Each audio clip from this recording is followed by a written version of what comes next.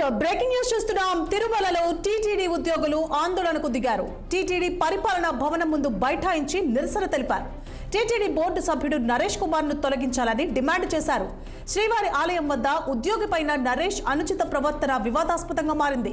శ్రీవారి ఆలయం మహాద్వారం వద్ద ఉద్యోగిపైన బోర్డు సభ్యుడు నరేష్ కుమార్ వ్యవహరించిన తీరుపై ఉద్యోగులు ఆగ్రహం వ్యక్తం చేస్తున్నారు. ఉద్యోగిని దూషించిన నరేష్ పైన చర్యలు తీసుకోవాలని సిబ్బంది ఆందోళన చేపట్టారు. వెంటనే బహిరంగ క్షమాపణ చెప్పాలని టీటీడీ ఉద్యోగ జేఏసీ నేతలు డిమాండ్ చేశారు.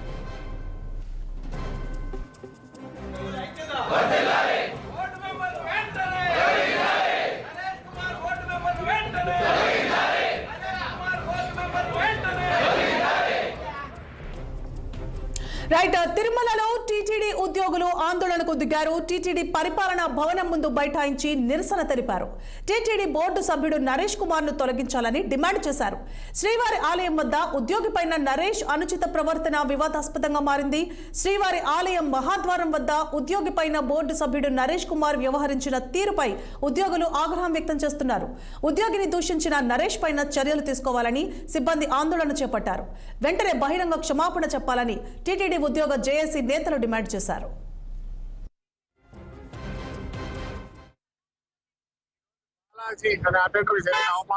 టోటల్ టీటీడీకి జరిగిన అవమానంతో భావిస్తున్నాము. ఆ బోర్డు మెంబర్ అహంకారంతో అటెండర్ ని థర్డ్ క్లాస్ నా కొడుకు అనే పదం వాడి తిట్టడం వల్ల అతనికి మా టీటీడీ ఎంప్లాయీస్ అందరికీ అవమానం జరిగింది. దీన్ని ఎటువంటి పరిస్థితుల్లో ఒప్పుకునే పరిస్థితి లేదు. సీఎం గారికి కానీ డిప్యూటీ సీఎం గారికి కానీ రిక్వెస్ట్ చేయడం ఏంటనగా అతను వెంటనే విధుల్లో తప్పించండి. బోర్డు మెంబర్ సస్పెండ్ చేయండి. సో దయచేసి టీటీడీ ఎంప్లాయీస్ మనోభావాలను కాపాడండి. అట్లా జరగని పక్షంలో ఇలాంటి ధర్నాలు ఉద్రిక్తం అవుతుంది. దానికి బాధ్యత మీరే అవ్వాల్సి వస్తుంది. ఓం నమో వెంకటేశ్వర. 2 రోజుల క్రితం శ్రీవారి ఆలయం ముందు జరిగిన ఈ దుర్ఘటన చాలా బాధాకరంగా ఉందండి. టీటీడీ ఉద్యోగస్తులందరూ కూడా దీన్ని తీవ్రంగా ఖండిస్తున్నారు. ఎందుకంటే టీటీడీ బోర్డు మెంబర్స్ అనేది ప్రభుత్వం నియమిస్తుంది. భక్తులకు సేవ చేయడానికి మాత్రమే టీటీడీ బోర్డు మెంబర్స్ ఉంటారు. కానీ అది కొంతమంది అధికారులు పక్కన పెట్టి వాళ్ళ స్వలాభం కోసమే ఈ టీటీడీ బోర్డు మెంబర్గా వచ్చి విధులు చేస్తున్న వాళ్ళని కూడా డిస్టర్బ్ చేస్తూ ఉన్నారు.